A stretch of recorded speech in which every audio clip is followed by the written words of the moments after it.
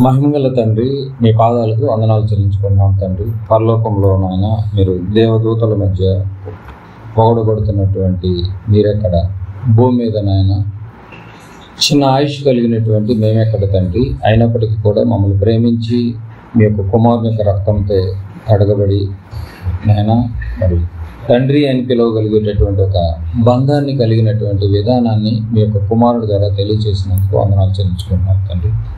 మీ విలువైనటువంటి మాటల యొక్క ఉదయకాలంలో మేము ధ్యానిస్తుండగా మా యొక్క బ్రతుకు పర్యంతం వరకు కూడా తండ్రి, అంతము వరకు మీరు మాకు అప్పచెప్పినటువంటి పనిని సొంత కార్యక్రమాల్లో మునిగిపోకుండా తండ్రి నాయన మీ కార్యక్రమాలలో మేము ఎల్లప్పుడూ నిమగ్నమై మీ ప్రియకుమారుడు రాకడ కొరకు ఎదురు చూసే మహాభాగ్యాన్ని మా అందరికీ దయచేయమని, కేవలం వినివారు మాత్రమే ఉండి మమ్మల్ని మేము మోసపుచ్చుకోకుండా విన్న వాక్య ప్రకారంగా మా బ్రతుకులను ముగించుకోవటానికి కృప దయచేయమని మా ప్రభువును ప్రియరక్షకుడైన యేసుక్రీస్తు నామముపేట ప్రార్థన సమర్పించి అడిగి వేడుకుంటున్నాం తండ్రి, ఆమేన్. చేరవచ్చినటువంటి దేవుని పిల్లలందరికీ క్రీస్తు పేర వందనములు తెలియజేసుకుంటున్నాను. ఈరోజు ఒక మంచి సందర్భాన్ని మనం ఆలోచిద్దాం. మోషే నోటి మాంద్యము కలవాడా లేక సకల విద్యలతో పాటు మాటలందు ప్రవీణత కలిగినటువంటి వాడా? బాగా ఆలోచిద్దాం. మాంద్యము అనగా నత్తి, అంతే కదండి. మాంద్యము అనగా నత్తి. మందం అని కూడా అనొచ్చు. నాలుగేంటి నీకు అంత మందంగా ఉంది అని కూడా అనొచ్చు. నత్తి అనొచ్చు, మందం అనొచ్చు. అంటే మాట స్పష్టముగా ఉండదు, అంతే కదండి. మాట స్పష్టముగా ఉండదు. దీన్ని మాంద్యము అంటారు, దీన్ని మాంద్యము అని అంటారు. అయితే మోషే నోటి మాంద్యం గలవాడా లేక సకల విద్యల్లో ప్రావీణ్యత కలిగిన వాడా? అసలు దీన్ని మనం బైబిల్లోనికి వెళ్ళి చాలా జాగ్రత్తగా మనం పరిశీలిద్దాం. చాలా జాగ్రత్తగా. ఒకటి, బైబిల్లో ఒక చోట మోషే గారు బాగా మాట్లాడతాడు అని ఉంది. అర్థమైందా? ఒక చోట బాగా మాట్లాడతాడు అని ఉంది. మరి నోటి మాంద్యం గలవాడు బాగా మాట్లాడతాడని ఎందుకుంది? అది మనం పరిశీలించాలి. 2, ఇంకొక చోట నత్తిగా మాట్లాడతాడని ఉంది. ఇంతకీ మోషే నత్తివాడా, నోటి మాంద్యం గలవాడా లేక బాగా మాటలందు ప్రవీణత కలిగినటువంటి వాడా? అసలు బైబిల్ ఏం చెప్పింది? ఈ రెండిటిలో ఏది కరెక్ట్? జాగ్రత్తగా మనసు పెట్టి ఆలోచిద్దాం. ఒకసారి మనము బైబిల్లోనికి వెళ్ళి ఒక్కొక్క వచనాన్ని మనం పరిశీలించే ముందు ఒక వచనాన్ని చూద్దాం. పౌలు గారు పరిశుద్ధాత్మ ప్రేరణతో తిమోతి గారికి 2 పత్రికలు రాశాడు. వాటిలో మొదటి పత్రిక, తిమోతి గారికి రాసినటువంటి మొదటి పత్రిక 2వ అధ్యాయము, తిమోతి గారికి రాసినటువంటి మొదటి పత్రిక 2వ అధ్యాయము 4వ వచనాన్ని మనం ఒకసారి పరిశీలిద్దాం. మొదటి తిమోతి 2వ అధ్యాయము 4వ వచనం. ఆయన మనుషులందరూ రక్షణ పొంది, ఆ పదాన్ని మీరు అండర్లైన్ చేసుకోవాలి, సత్యమును గూర్చిన అనుభవ జ్ఞానము గలవారై ఉండవలనని ఇచ్చేంచుచున్నానంటే ఇష్టపడుతున్నాడు. దేవుని యొక్క ఉద్దేశం ఏంటంటే మనుషులందరూ రక్షణ పొంది సత్యమును గూర్చిన అనుభవం ఉండాలంటే.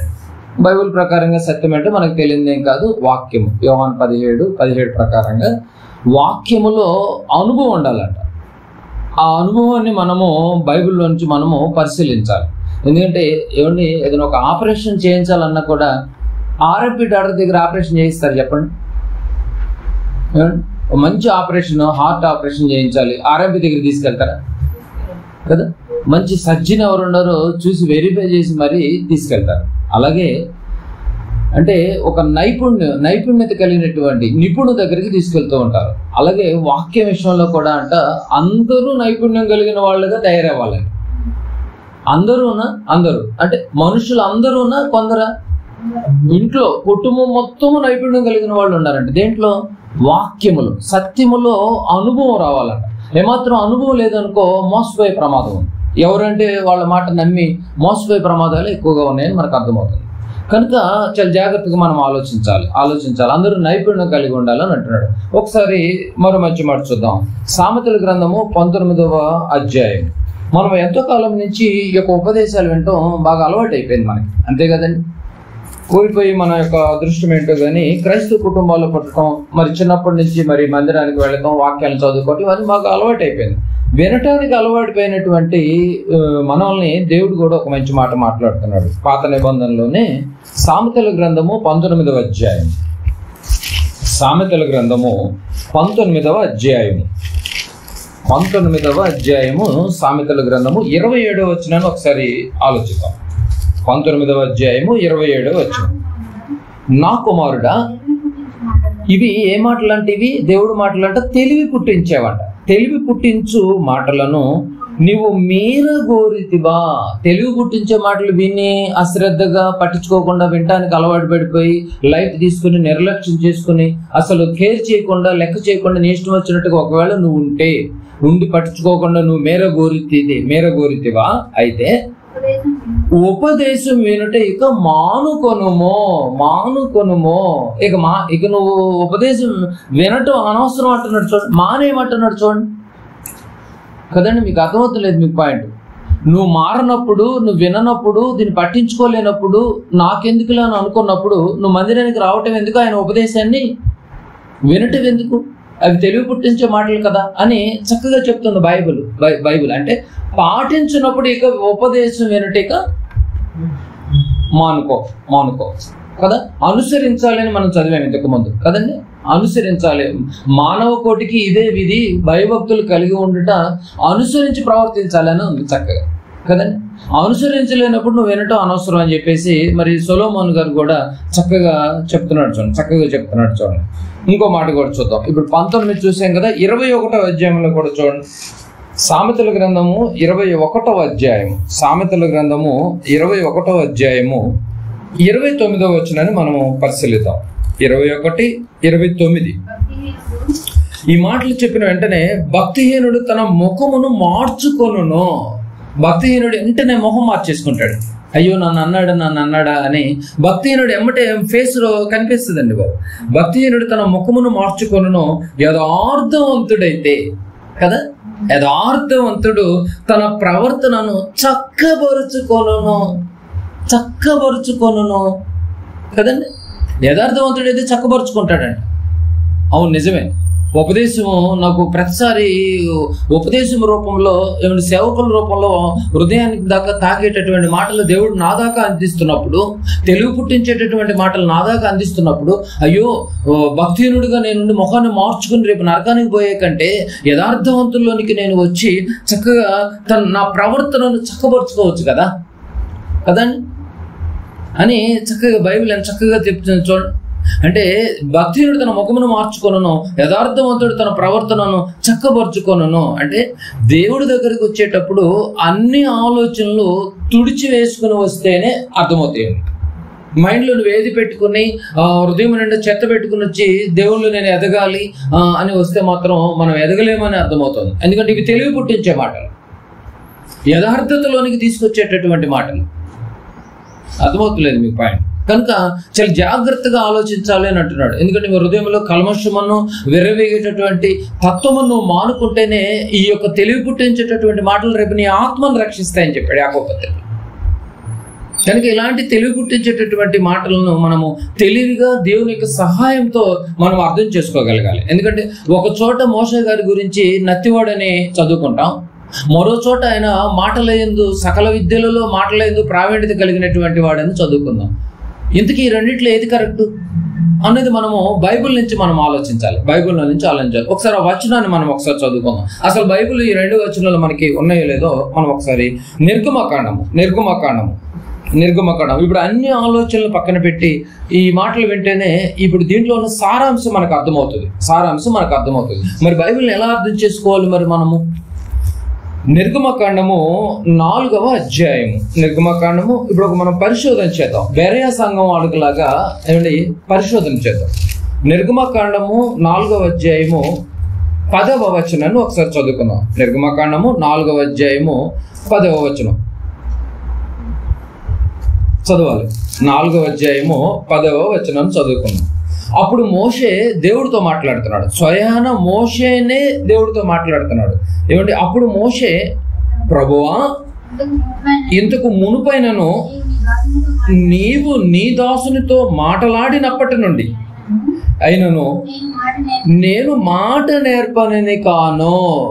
నంబర్ 1, నేను మాట నేర్పనిని కాను. నంబర్ 2, నేను నోటి మాంద్యమును నాలుక మాంద్యమును గలవాడనని యెహోవాతో చెప్పగా. ఈయన వీక్నెస్ చెప్తున్నాడండి. మోషే గారి వీక్నెస్ చెప్తున్నాడు. ఏంటి ఈయన వీక్నెస్? 3 విషయాల్లో నేను వీక్ అంటున్నాడు. ఏంటి ఆ విషయాలు 3? నంబర్ 1, నేను మాట నేర్పని కాను. నంబర్ 2 ఏముంది? నోటి మాంద్యము గలవాడను. నంబర్ 3, నాలుక మాంద్యము గలవాడనని నిర్గమకాండంలో చక్కగా చెప్తాను. నా వల్ల కాదు, నాకు ఈ 3 విషయాల్లో నేను వీక్నెస్ ఉంది, నాకు నా వల్ల కాదు అని చెప్పి చేతులు ఎత్తేసాడు. డైరెక్ట్గా ఎవరితో మాట్లాడాడు? దేవుడితోనే మాట్లాడాడు. 3 విషయాల్లో నేను వీక్ అయినా, నేను మాట్లాడలేను, నాలుక మాంద్యం గలవాడను, మాట నేర్పని గాను, నాలుక మాంద్యం గలవాడని నేను చక్కగా చెప్పేశాడు. రైట్, ఇది మైండ్ లో పెట్టుకోండి. ఇంకో చోట ఏముంది బైబిల్లో ఒకసారి మనం పరిశీలిద్దాం. అపోస్తల కార్యములు ఇంకొక చోట ఎలా రాయబడి ఉందంటే, అంటే మనం బైబిల్ పరిశోధన లేకపోతే, నైపుణ్యత లేకపోతే, మరి నిపుణత లేకపోతే, అనుభవం లేకపోతే ఏమండి అపార్థం చేసుకునే అవకాశాలు ఎక్కువగా ఉన్నాయి. అపోస్తల కార్యములు 7వ అధ్యాయం. అపోస్తల కార్యములు 7వ అధ్యాయం, నిర్గమకాండం 4:10 మైండ్ లో పెట్టుకోండి. అపోస్తల కార్యములు 7వ అధ్యాయము 22వ వచనాన్ని ఒకసారి చదువుకుందాం. అపోస్తల కార్యములు 7వ అధ్యాయము 22వ వచనం. ఇక్కడ కూడా మోషే గారి సందర్భమే. మోషే ఐగుప్తీయుల సకల విద్యలను అభ్యసించి, ఏమండి, నంబర్ 1, మాటల యందును కార్యముల యందును ప్రవీణుడై ఉండెను. ఏమండి ఇక్కడ ఇలా ఉంది ఏంటి మరి? ఇక్కడ ఎలా ఉంది? ఇక్కడే ఉంది సకల విద్యలను అభ్యసించాడంట. ఐగుప్తులో ఏ విద్య ఉంటుంది?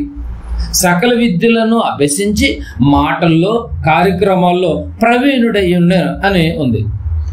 ఇప్పుడు ఇంతకీ మోషే గారు నోటి మాంద్యం కలవాడా, నాలుక మాంద్యం కలవాడా? నిర్గమ 4:10 ప్రకారంగా, లేకపోతే అపోస్తల కార్యములు 7:22 ప్రకారంగా మాటల యందు ప్రవీణుడా? ఈ రెండిట్లో ఏది రైట్? 2 బైబిల్లోనే ఉన్నాయి. అర్థమవుతుంది మీకు పాయింట్? ఎలా అర్థం చేసుకోవాలి? ఒకవేళ 4:10 ప్రకారంగా అర్థం చేసుకుని అక్కడితోనే మనం ఆలోచించుకోవచ్చు చేస్తే, మరి అపోస్తల కార్యం 7:22 పరిస్థితి ఏంటి? ఒకవేళ అపోస్తల కార్యములు 7:22 ఫైనల్ చేసుకుంటే, మరి 4:10 పరిస్థితి ఏంటి? ప్రవీణుడు అని చెప్పి అనుకుంటే మరి నోటి మాంద్యం అని ఉంది. మరి ఎలా అర్థం చేసుకోవాలి? అంటే బైబిల్ అవగాహన ఉండాలండి. అందుకే మీరు మనుషులందరూ రక్షణ పొంది సత్యమును గురించిన అనుభవ జ్ఞానం గలవారే ఉండవాలని ఇష్టపడుతున్నానని తిమోతి పత్రికతో మనం మొదలుపెట్టాం. కనుక మనం బైబిల్లోనికి వెళ్ళి ఈ 2 ఏది కరెక్టో మనం చాలా జాగ్రత్తగా ఆలోచించాలి కదండి. ఏది కరెక్ట్ అనేది, ఈ 2 ఏది కరెక్ట్ అనేది మనం చాలా జాగ్రత్తగా ఆలోచించాలి. అంటే నైపుణ్యత ఉండాలండి మనిషికి. నిపుణత కలిగినటువంటి వాడే ఏదైనా చేయగలడు, ఏదైనా మాట్లాడగలడు, ఆలోచించగలడు, ఏదైనా చెప్పగలడు. ఇప్పుడు ఎగ్జాంపుల్గా ఒక బస్సు వెళుతూ ఆగిపోయింది అనుకోండి. డిపో నుంచి బయలుదేరింది, సర్వీస్ తిరుగుతూ బస్సు ఆగిపోయింది మధ్యలో. అప్పుడు డ్రైవర్ ఏం చేస్తాడు? మ్యాక్సిమం ట్రై చేస్తాడు, ఏమన్నా అవుతుందేమో అని చెప్పేసి ఆ బ్యానెట్ ఓపెన్ చేసి ట్రై చేస్తాడు. కండక్టర్ కూడా ఎవరిని రానికోకుండా ఏదో పిచ్చి మొక్కలు రాళ్ళు అడ్డం పెట్టేసి ఆపుతాడు. అంతకంటే అతను కూడా ఏం చేయలేడు. రైట్, ట్రై చేస్తాడు. అవ్వకపోతే ఎవరికి ఫోన్ చేస్తాడు? డిపోలో సర్వీస్ సెంటర్ ఒకటి ఉంటుంది, డిపో వాళ్ళకి ఫోన్ చేస్తాడు. ఇప్పుడు డిపోలో ఫోన్ చేసిన సర్వీస్ చేసేటటువంటి వాళ్ళు ఒక వ్యాన్ తీసుకుని వస్తారు, మరొక బస్సు వేసుకుని వస్తారు, దానికి సంబంధించిన కిట్ టూల్స్ అన్ని తీసుకుని వస్తాడు. రైట్, ఆ తీసుకొచ్చినటువంటి అతను ఏం చేయగలడు? రిపేర్ చేయగలడు, బస్సును తోలగలడు కదా, రెండు చేయగలడు. కానీ డ్రైవర్ అయితే ఓన్లీ తోలగలడు. అదే సర్వీస్ డిపోలో ఉన్నటువంటి ఆ సర్వీస్ చేసేటువంటి సెంటర్లో ఉన్నటువంటి అతనైతే రెండు చేయగలడు. కరెక్టా కదా? బస్సు తోలగలడు, ఆపగలడు, అవసరమైతే కండక్టర్ జాబ్ కూడా చేయగలడు, అన్నీ చేయగలడు. అంటే ఆయన నైపుణ్యం ఉంది అతనికి. ఒక 10 మందిని, ఒక 50 మందిని తీసుకెళ్లేటటువంటి డ్రైవర్కే నిజంగా మరి ఒక మెకానిక్కే ఇన్ని రకాల నైపుణ్యాలు ఉన్నప్పుడు ఆత్మను రక్షించేటటువంటి శక్తి గలటువంటి వాక్య విషయంలో ఒకవేళ మనం అజాగ్రత్తగా ఉంటే మన దేహాన్ని పరలోకానికి చేర్చుకోలేము. అందుకే అంటున్నాడు, మీరు సత్యమును గురించినటువంటి అనుభవం కలిగిన వారిగా మీరుంటే ఉండాలి అని ఇష్టపడుతున్నానని అంటున్నాడు. మరి ఇప్పుడు అనుభవం లేకపోతే మనకి ఏమర్థమవుతుంది? నోటి మాన్యం గలవాడని అర్థం చేసుకోవాలా, లేకపోతే సకల విద్యుత్తుల్లో మరి ప్రవీణుడని మీరు అర్థం చేసుకోవాలా? బైబిల్ సుమారుగా 42 మంది ప్రవక్తలతో పరిశుద్ధాత్మ ప్రేరణతో రాయబడినటువంటి మాటలు. ఏమన్నా తప్పు చెప్తారండి? సొంతంగా ఓన్గా రాసినటువంటి మాటలు కాదు, పరిశుద్ధాత్మ ప్రేరణతో పలికిరని పేతురు గారి పత్రికలో ఉంటుంది. ఎవరు పలికినా కూడా పరిశుద్ధాత్మ ప్రేరణతో పలికినట్టుగా ఉంటుంది. ఆ వచనాన్ని కూడా మీరు చూస్తారు. ఒకసారి ఆ వచనాన్ని కూడా చూద్దాం.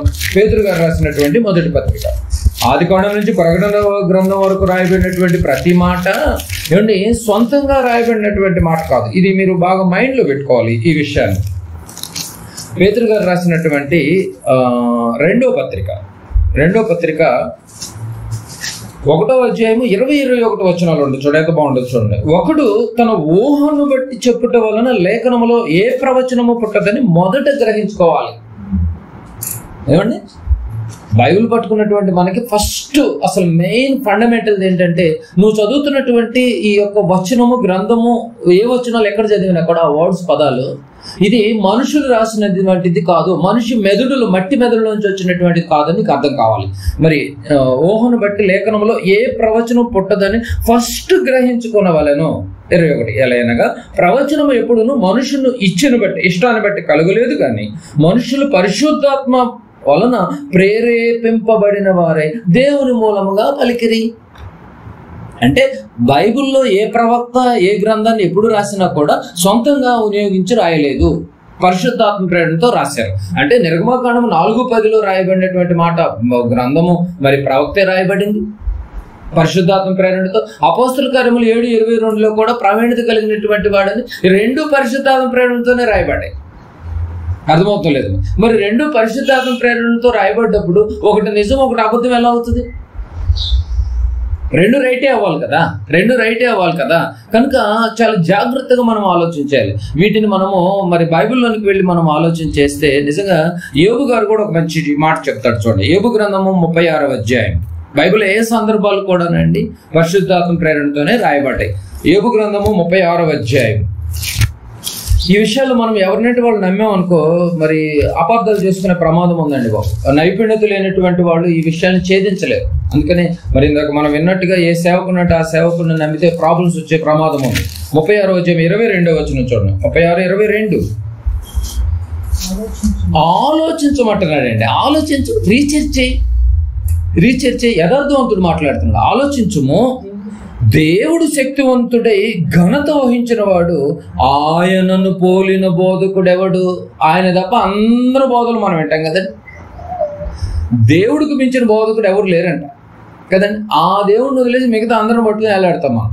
ఆయన శక్తివంతుడు, ఆయన యథార్థవంతుడు. ఆలోచించుము, ఆయనను పోలిన బోధకుడు ఎవడు అంటున్నాడు. చూడండి, దేవుడు మించిన బోధకుడు ఎవడూ లేడు ఆయన అని చక్కగా చెప్తుంది బైబిల్. అలాంటి బోధకుడి దగ్గర, అలాంటి మించిన ఎవరు మించలేనటువంటి బోధకుడి దగ్గర ఏమంటే మన రక్షకుడైనటువంటి యేసు ప్రభుల వారు పాదాల దగ్గర కూర్చుని నేర్చుకుని వచ్చి చెప్పినటువంటి మాటలండి ఇవన్నీ. మరి అలాంటి మాటల్లో తప్పులు ఉంటాయండి మీరు చెప్పండి.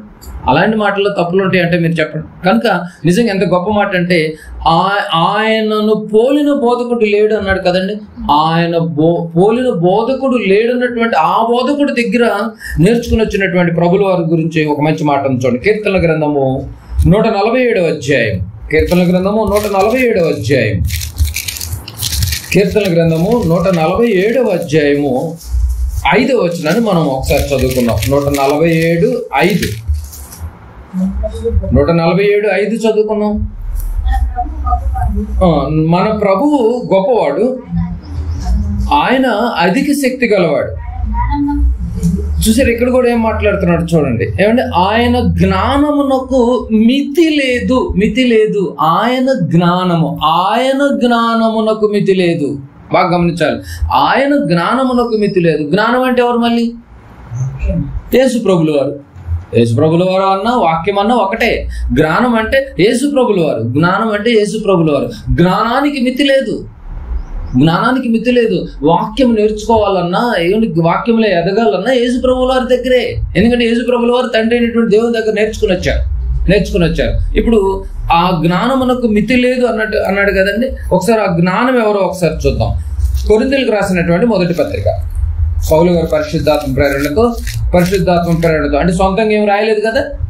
పేతురు మొదటి 2:21 ప్రకారంగా సొంతంగా ఎవరో రాయట్లేదు. ఒకటి విషయం అర్థమవుతుంది మనకు. కొరింథీయులకు రాసినటువంటి మొదటి పత్రిక 1వ అధ్యాయము. ఇప్పుడు ఆ జ్ఞానం ఎవరో ఒకసారి చూద్దాం.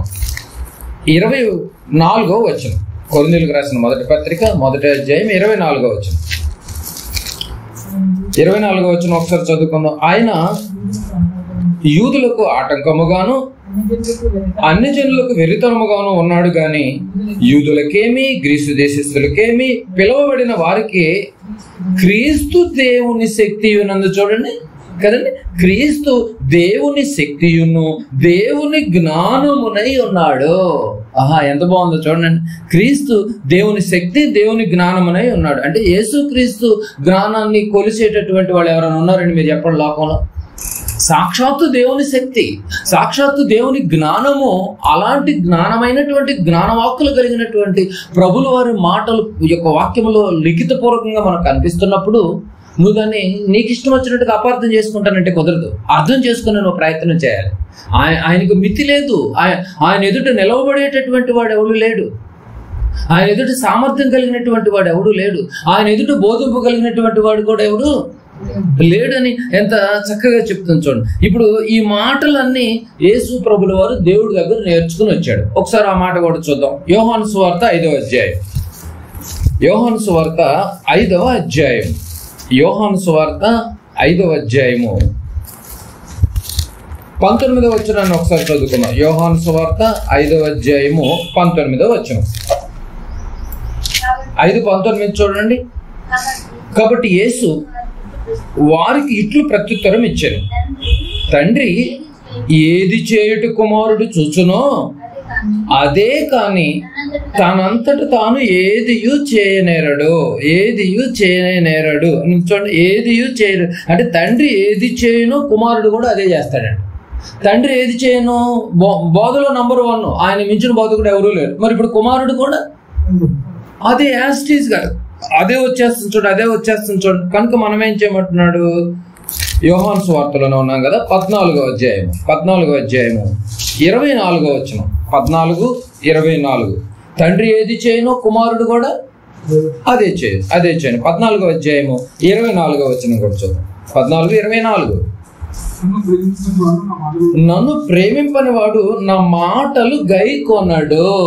చూసారండి, ఇక్కడ విషయం అర్థమైపోతుంది. నన్ను ప్రేమింపని వాడు నా మాట వినడు, నా మాట పట్టించుకోడు, నా మీద తిరగబడుతూ ఉంటాడు, అపార్థాలు నిందలు హేళన చేస్తూ ఉంటాడు. యేసుప్రభుల వారు మాట్లాడుతున్నాడు. నన్ను ప్రేమింపని వాడు నా మాటలు గైకొనడు.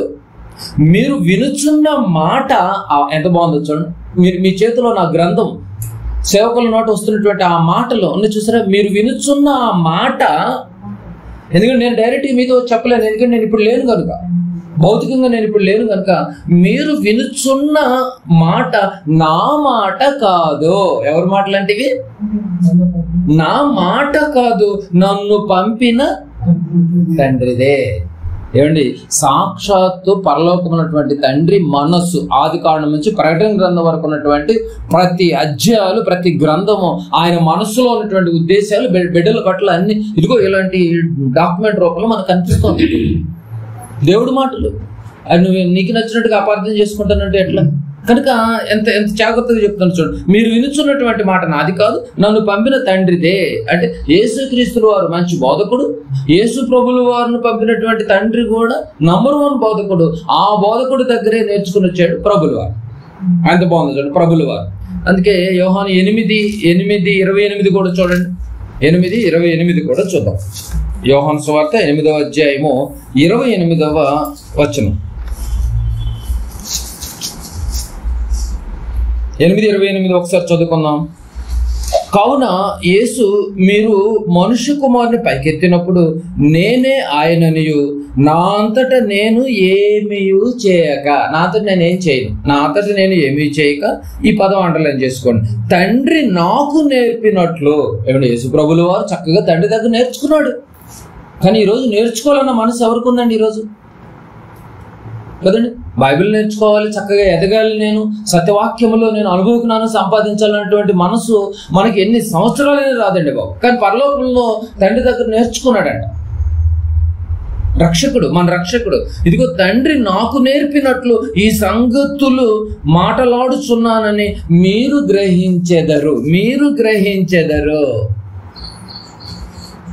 నేర్చుకోవాలి మనం చక్కగా వాక్యాన్ని, ధ్యానించాలి మనం చక్కగా వాక్యాన్ని, చక్కగా ప్రతిదీ నోట్ చేసుకోవాలి, రిఫర్ చేయాలి, ఆలోచించాలి. ఎందుకంటే ఇవి తండ్రి మాటలు. చక్కగా యేసుప్రభుల వద్ద చక్కగా మీడియేటర్గా, మధ్యవర్తిగా, రాయబారిగా ఈ యొక్క ప్రపంచ మానవాళికి తీసుకొచ్చినటువంటి యొక్క మాటలను ఏమంటే మనం అజ్ఞానంగానో, అపార్థంగానో, అనాలోచనగానో ఏమన్నా ఒకవేళ వింటే నిజంగా ఆ మాటలో ఉన్న సారాంశం మనకు అర్థమవుతుందండి.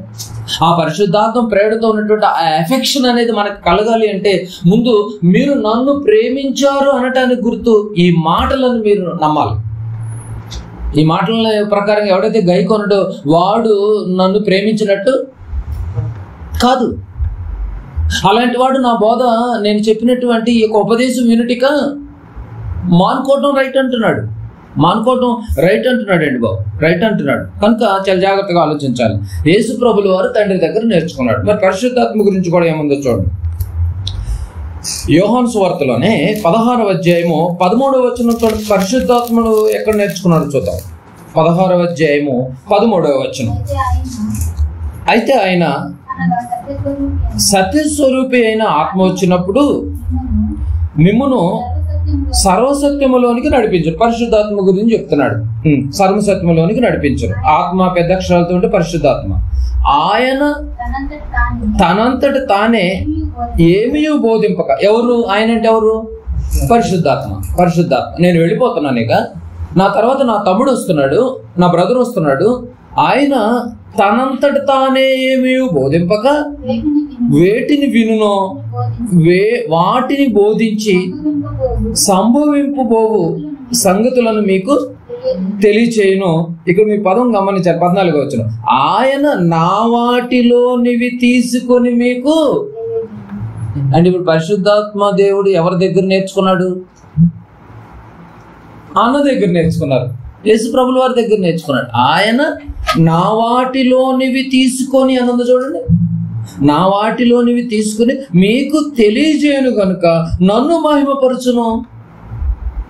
మహిమపరచును అంటే పరిశుద్ధాత్ముడు కూడా అన్న దగ్గరే నేర్చుకున్నారు. అంటే తండ్రి దగ్గర నుంచి యేసుప్రభుల వారి దగ్గరకు నేర్చుకున్నారు. పరిశుద్ధాత్ముడు కూడా ఇలా పద్ధతిగా వచ్చిందండి బోధ. అంటే బోధలో మార్పేం లేదు. బోధకు అసలు మెయిన్ పునాది ఎవరు? ఏమండి? తండ్రి అనేటువంటిది. ఆయన మించిన బోధకుడు ఎవరు లేరు. అక్కడి నుంచి ఎవరు నేర్చుకున్నారు? కుమారుడు నేర్చుకున్నాడు. కుమారుడి దగ్గర నుంచి ఎవరు నేర్చుకున్నారు? పరిశుద్ధాత్మ నేర్చుకున్నారు. అందరూ చక్కగా నేర్చుకుంటుంటే ఈ లోకాలను కలిగించినటువంటి ప్రభువే నేర్చుకుంటే, కలిగి ఉన్నది ఏది ఆయన లేకుండా కలగలేదు అన్నటువంటి ప్రభువే తండ్రి పాదాల దగ్గర కూర్చొని నేర్చుకున్నప్పుడు ఈరోజు మనం ఆయన వాక్కులను నేర్చుకోవడానికి మనసే రావట్లేదు ఏంటండి? పరిశుద్ధాత్ముడు కూడా నేర్చుకున్నాడు కదా. ఏమి నేర్చుకోకుండా ఏం మాట్లాడతామండి మనం కూడా కదా. ప్రతి సదస్సులో ప్రతి ఆదివారము మనం ఇప్పుడు చేస్తున్న పని ఏంటి తెలిసి ఇదే నేర్చుకోవాలంటే మైండ్లో ఇంకేం ఉండకూడదు. నీకు మనసు పెట్టి నువ్వు నేర్చుకోవాలి, లేకపోతే ఎక్కదు నీకు. అలాంటి గొప్పవాళ్ళు ఈ యొక్క సృష్టిని కలిగించినటువంటి వారి యొక్క మాటలు నీ హృదయంలోనికి రావటం అంటే ఎంత గొప్ప విశేషం అండి. అది అర్థం చేసుకోవటం ఇంకెంత గొప్ప విశేషం. కనుక చాలా జాగ్రత్తగా ఉండాలి. ఇప్పుడు మోషే గారి సందర్భం వేరు కాలాల్లో వేరు ప్రవక్తలు చెప్పారు. ఏమండి? అంతే కదండి. నిర్గమకాండములో రాయబడ్డటువంటి మాట చూసాము, అపోస్తుల కార్యంలో రాయబడ్డటువంటి మాట చూసాం కదా. దీన్ని మనము ఏం చేయాలంటున్నాడు కనుక దీనికి ఒక ఫార్ములా మనం అప్లై చేయాలి. ఏంటి ఆ ఫార్ములా? పేతురు గారు రాసినటువంటి మొదటి పత్రిక. ఈ ఫార్ములా అప్లై చేయకపోతే మనం అపార్థాలు చేసుకునే అవకాశాలు ఎక్కువగా ఉన్నాయి. పేతురు గారు రాసినటువంటి మొదటి పత్రిక మొదటి అధ్యాయం. బైబిల్లో నువ్వు ఏ గ్రంథాన్ని చదివినా కూడా ఒక ఫార్ములా అప్లై చేయాలి. ఏంటంటే ఆ ఫార్ములా పేతురు గారు చెప్తున్నాడు. ఏంటి? మొదటి అధ్యాయము ఫస్ట్ ఫార్ములా ఏంటి? నీకు ఏం గుర్తుండాలని చెప్పాడు? గ్రంథాలు ప్రవక్తలు ఎప్పుడు ఎక్కడ రాస్తున్నప్పటికీ కూడా వాళ్ళ సొంత ఆలోచనలో రాయబడలేదు, పరిశుద్ధాత్మ ప్రేరణతో దేవుని మూలముగా పలికిరేనని చెప్పి నీకు మొదట నువ్వు గ్రహించుకోవాలన్నాడు. నంబర్ టూ ఏముండాలంటే 10-11 వచనాలు. 10-11 వచనాలు. మీకు కలుగు ఆ కృపను గురించి ప్రవచించిన ప్రవక్తలు గ్రంథాలు, ప్రవచించిన ప్రవక్తలు రాసిన గ్రంథాలు ఈ రక్షణను గురించి పరిశీలించుచు తమ యందున్న క్రీస్తు విషయమైన శ్రమలను గూర్చియు వాటి తర్వాత కలగబో మహిమలను గూర్చి ముందుగా సాక్ష్యం ఇచ్చుచున్నప్పుడు, ఈ పదం మీరు అండర్లైన్ చేసుకోండి, ఆ ఆత్మ అంటే పరిశుద్ధాత్మ, ఆ పరిశుద్ధాత్మ ఏ కాలమును ఎట్టి కాలమును సూచించుచున్నవో దానిని విచారించి పరిశోధించిరి. ఇంకొక బేసిక్ మనకేం తెలిసి ఉండాలని అంటే, ఇదిగో ఈ రాయబడ్డటువంటి యొక్క మాట ఏ కాలాన్ని ఎట్టి కాలాన్ని సూచించుచున్నదో నువ్వు పరిశీలించాలని అంటున్నాడు. ఏ కాలము? క్రీస్తు పూర్వమా క్రీస్తు శకమా అనే టైం సెన్స్ ఉండాలంట మనకి. బైబిల్ చదివేటప్పుడు ఇది క్రీస్తు పూర్వం రాయబడ్డ మాట, క్రీస్తు శకం రాయబడ్డటువంటి మాట, ఏ కాలమును ఎట్టి కాలమును ఆత్మ చూయించుచున్నదో మొదట మీరు కూడా గ్రహించాలి అని అంటున్నాడు. ఇప్పుడు మనము చాలా జాగ్రత్తగా గమనించాలి. ఇప్పుడు ఈ విధంగా రీసెర్చ్ చేస్తేనే మనకు బైబిల్ అర్థమవుతుంది, లేకపోతే అర్థం కాదు. ఏ గ్రంథాన్నన్నా మనం చదువుకున్నా ఇది ఏ కాలాన్ని సూచిస్తుంది? అప్పటికి క్రీస్తు వచ్చాడా, క్రీస్తు రాలేదా? క్రీస్తు వచ్చి సిలువ వేయబడ్డాడా, సిలువ వేయబడలేదా? సిలువ వేయబడ్డ తర్వాత బోధ వేరు ఉంటుంది, సిలువ వేయబడక ముందు బోధ వేరు ఉంటుంది మళ్ళీ. అందుకే పౌలు గారు కొన్ని సందర్భాల్లో మాట్లాడుతూ ఉంటాడు, మేము సిలువ వేయబడినటువంటి క్రీస్తు బోధను క్రీస్తుని మేము ప్రకటిస్తున్నాం అని అంటాడు. అంటే సిలువ వేయబడక ముందు ఒక బోధ ఉంది, సిలువ వేయబడ్డ తర్వాత బోధ అవుతుంది. క్రీస్తు రాకముందు ఒక బోధ ఉంది, క్రీస్తు వచ్చినాక బోధ ఉంది. అందుకే క్రీస్తు పూర్వము క్రీస్తు శకం. కనుక బైబిల్ ఇవన్నీ నీకు మైండ్లో ఉండాలి. నీకు ఏమాత్రం నువ్వు అనాలోచనగా ఉంటే నీకు బైబిల్ ఏమి ఎక్కదు నీకు. ఎందుకంటే ఇవి తెలివి పుట్టించేటటువంటి మాటలు, నీ ఆత్మలను రక్షించేటటువంటి మాటలు, నీ కుటుంబాన్ని రక్షించేటటువంటి మాటలు, నిన్ను అంతం వరకు నిలబెట్టేటటువంటి మాటలు, ఇది నిన్ను యథార్థవంతులుగా తయారు చేసేటటువంటి మాట. ఇలాంటి మాటలతో మనం పరాచకాలుగా ఉంటే ఏమర్థం అవుతుంది మీరు చెప్పండి. కనుక కాలాన్ని విడగొడితేనే మనకేమొచ్చుద్ది? ఇప్పుడు ఆన్సర్ వచ్చింది, లేకపోతే రాదు. ఇప్పుడు మనము ఈ 2 ఫార్ములాని మనము అప్లై చేసి ఈ 2 విషయాలు మనం ఛేదించాలి. మన ముందున్నటువంటి 2 విషయాలు కనుక చాలా జాగ్రత్తగా ఆలోచించాలి.